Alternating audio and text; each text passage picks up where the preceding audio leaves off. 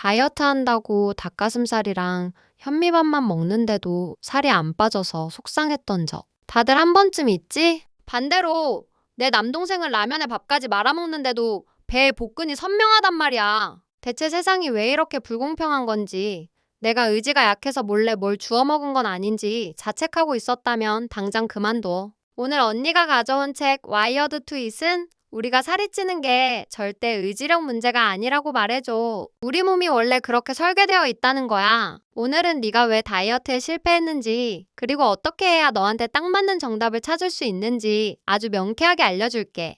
이 책의 저자 로 물프는 말해.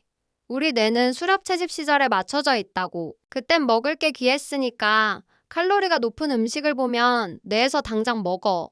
내일은 없을지도 몰라 라고 명령을 내리도록 진화했어. 이걸 신경 조절이라고 하는데, 문제는 현대사회에는 먹을 게 너무 넘쳐난다는 거지. 우리 유전자는 아직 원시 시대에 머물러 있는데 환경은 24시간 배달 앱과 편의점이 지배하고 있으니 당연히 오작동이 일어날 수밖에. 그러니까 내가 밤마다 치킨 냄새에 흔들리는 건 내가 게으른 돼지라서가 아니라 뇌가 아주 정상적으로 생존 본능을 발휘하고 있다는 증거야. 억울함이 좀 풀리지 않니? 특히 우리를 미치게 만드는 건 초가공 식품이야. 감자칩 한 번 뜯으면 멈출 수 없지? 그게 다 이유가 있어. 식품 회사들은 소금, 설탕, 지방의 비율을 기가 막히게 조합해서 우리 뇌의 보상 시스템을 해킹해버려. 배가 부른데도 계속 들어가는 건 영양이 필요해서가 아니라 뇌가 쾌락을 원하기 때문이야. 로 물프는 이걸 미각의 납치라고 표현했어. 자연 상태의 음식은 적당히 먹으면 배부르다는 신호를 보내는데 가공식품은 그 신호를 차단해버리거든. 결국 우리는 뇌가 시키는 대로 좀비처럼 먹게 되는 거야. 자, 이제 우리가 싸워야 할 적이 내 의지가 아니라 이 가공식품이라는 걸 알겠지? 그런데 여기서 더 중요한 게 있어. 건강한 음식이라고 다 똑같이 좋은 건 아니라는 사실이야. 책에 나오는 흥미로운 실험이 있는데 똑같은 바나나를 먹어도 어떤 사람은 혈당이 롤러코스터처럼 치솟고 어떤 사람은 평온하대. 심지어 어떤 사람은 쿠키를 먹었을 때보다 바나나를 먹었을 때 혈당이 더 오르기도 했어. 충격적이지? 이게 바로 개인 맞춤 영양이 필요한 이유야. 남들이 현미밥 먹고 살 뺐다고 해서 너도 그럴 거란 보장은 없어. 나한테는 현미밥이 설탕 덩어리처럼 작용할 수도 있다는 거지. 내 남자친구는 피자를 먹어도 멀쩡한데 나는 샐러드 드레싱만 잘못 먹어도 붓는 이유. 이제 좀 감이 와? 그럼 내 몸은 어떤 음식에 예민한지 어떻게 알 수 있을까? 로 물프는 먼저 30일 리셋을 제안해. 이미 가공식품에 절여진 우리 뇌와 장을 청소하는 시간이야. 딱 30일 동안은 곡물, 유제품, 콩류, 설탕, 가공식품을 완전히 끊는 거야. 헐, 그럼 뭐 먹고 살아요? 쉽지? 걱정 마. 고기, 생선, 채소, 과일, 견과류는 배부르게 먹어도 돼. 이 기간의 목표는 살을 빼는 게 아니라 망가진 인슐린 민감성을 회복하고 염증을 줄이는 거야. 우리 몸을 순정 상태로 돌려놓는 거지. 마치 컴퓨터가 버벅거릴 때 포맷 한번 싹 하는 것처럼 말이야. 이 과정이 없으면 정확한 테스트를 할 수가 없어. 솔직히 말할게. 첫 1에서 2주는 진짜 힘들어. 탄수화물 중독이었던 뇌가 당장 빵 내놔 라고 시위를 하거든. 나도 리셋 시작하고 3일째 되던 날 부모님이 드시는 떡을 보고 눈이 뒤집힐 뻔했어. 두통도 오고 짜증도 나고. 이걸 케토 독감이라고도 하는데 몸이 지방을 태우는 엔진으로 바뀌는 과정에서 생기는 자연스러운 현상이야. 이때 소금을 평소보다 좀 더 먹어주면 훨씬 나아져. 중요한 건 절대 굶으면 안 된다는 거야. 배고프면 지방과 단백질을 든든하게 먹어. 이 고비만 넘기면 정말 거짓말처럼 머리가 맑아지고 오후 3시에 쏟아지던 졸음이 사라지는 걸 경험하게 될 거야. 30일이 지나고 몸이 깨끗해졌다면 드디어 대망의 7일 탄수화물 테스트를 할 차례야. 이때 필요한 준비물이 하나 있어. 바로 혈당 측정기야. 에이, 당뇨도 아닌데 무슨 혈당을 재? 라고 생각했지? 근데 이게 다이어트의 나침반이야. 체중계보다 100배는 더 중요해. 우리가 테스트할 탄수화물 종류는 쌀, 콩, 감자, 오트밀 같은 기본적인 것들이야. 매일 아침 공복 혈당을 재고 특정 탄수화물 50g을 먹은 뒤 2시간 후에 다시 혈당을 재는 거지. 이 숫자가 너의 살찌는 원인을 정확히 알려줄 거야. 구체적인 방법을 알려줄게. 아침에 일어나서 물 한 잔 마시고 공복 혈당을 재. 그리고 테스트할 음식. 예를 들어 쌀밥을 순수 탄수화물 기준으로 50g을 먹어. 먹고 나서 정확히 2시간 뒤에 혈당을 다시 재는 거야. 만약 수치가 115mg 이하라면 축하해. 그 음식은 너한테 안전한 에너지원이야. 하지만 115에서 144이라면 주의가 필요하고 140을 넘긴다면 그 음식은 당분간 너의 식단에서 아웃이야. 겉보기엔 건강한 현미밥이라도 내 혈당을 140 넘게 올린다면 너한테는 설탕이랑 다를 게 없는 독인 셈이지. 나도 이 테스트를 해보고 정말 깜짝 놀랐어. 다이어트 식품의 왕이라고 불리는 고구마 있잖아.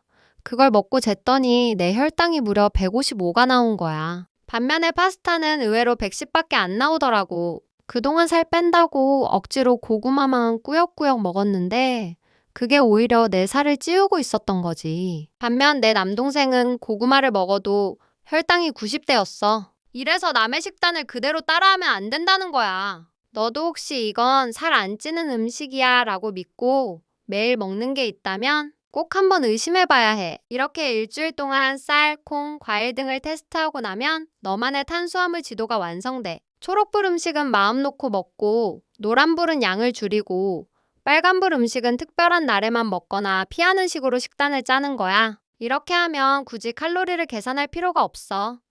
혈당이 안정되면 식욕도 자연스럽게 조절되거든. 배고픔을 참는 게 아니라 가짜 배고픔이 사라지는 거야.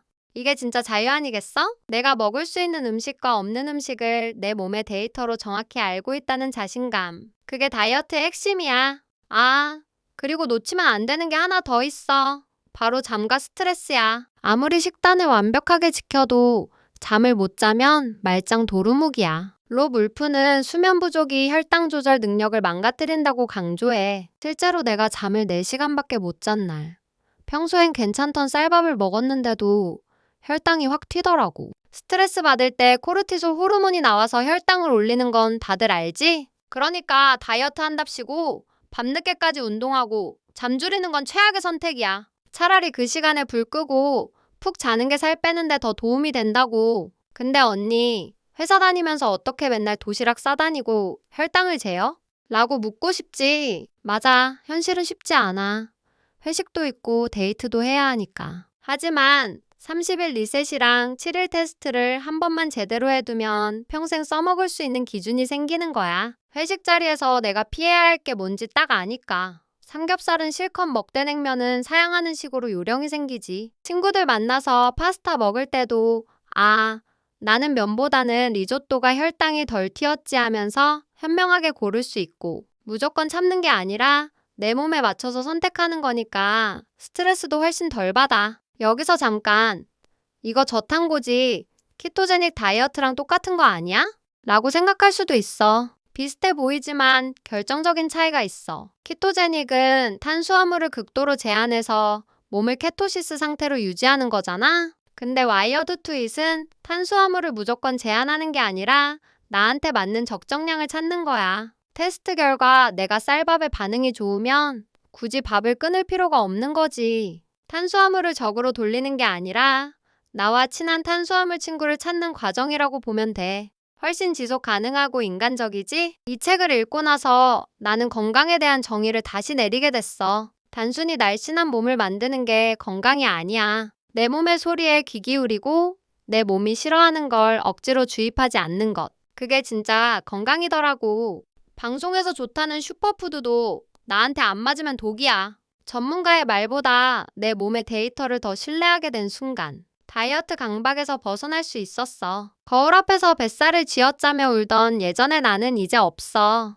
대신 오늘 내 컨디션이 왜 좋은지, 왜 나쁜지 이해하는 내가 있을 뿐이야. 지금 나는 30일 리셋과 7일 테스트를 거쳐서 나만의 식단을 찾았어. 아침엔 그릭 요거트 대신 계란을 먹고 점심엔 밥량을 조금 줄이고 채소를 많이 먹어. 저녁엔 좋아하는 고기를 마음껏 먹고. 이렇게 바꿨더니 체중은 5kg가 빠졌는데 신기하게도 피부가 좋아지고 생리통도 사라졌어. 무엇보다 이거 먹으면 살찌는데? 하는 죄책감 없이 밥을 먹을 수 있다는 게 너무 행복해. 다이어트가 숙제가 아니라 내 몸을 알아가는 게임처럼 느껴지기 시작했어. 식단이 구할이라지만 운동도 빼놓을 수 없지. 로 물프는 자주 움직이고 가끔 무거운 걸 들고 전력 질주해라 라고 아주 심플하게 말해. 헬스장에서 2시간씩 죽치고 있을 필요 없어. 평소에 엘리베이터 대신 계단 쓰고 가끔 장바구니 무겁게 들고 오고 버스 놓칠까봐 뛰는 그 순간들이 우리 유전자에는 최고의 운동이야. 우리 조상들이 런닝머신 위를 뛰진 않았잖아.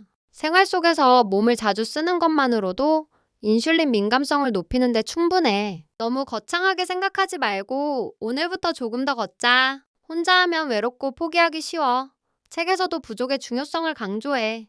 주변에 다이어트 하는 친구가 있다면 같이 30일 챌린지를 해봐. 서로 오늘 먹은 거 공유하고 힘들 때 응원해주면 성공 확률이 훨씬 올라가. 나도 남자친구한테 이 책 내용을 설명해줬더니 데이트할 때 메뉴 선정 배려해주고 같이 건강한 식당 찾아다니는 재미가 생겼어. 주변 사람들에게 나 유별나게 구는 게 아니라 내 몸 테스트 중이야 라고 당당하게 말해. 너를 아끼는 사람이라면 분명 응원해줄 거야. 정리해볼게. 1단계. 우리는 의지가 약한 게 아니라 뇌가 맛있는 음식에 반응하도록 설계된 거야. 2단계.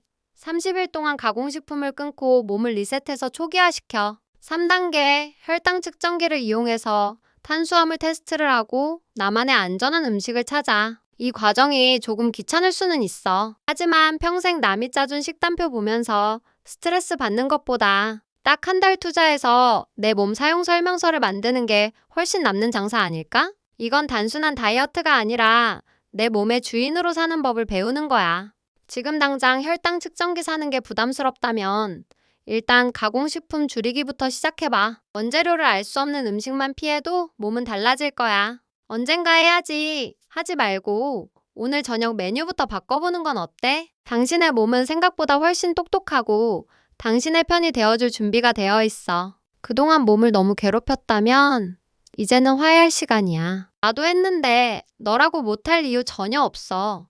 진짜 내 몸을 찾는 여정. 오늘부터 바로 시작해보자. 오늘 이야기가 도움이 됐다면 지금 바로 냉장고 열어서 가공식품 하나만이라도 버려보자. 작은 실천이 큰 변화를 만드니까. 앞으로도 더 건강하고 똑똑한 다이어트 정보 계속 들고 올게. 잊지 말고 구독이랑 좋아요 눌러주고 우리 같이 건강해지자. 안녕.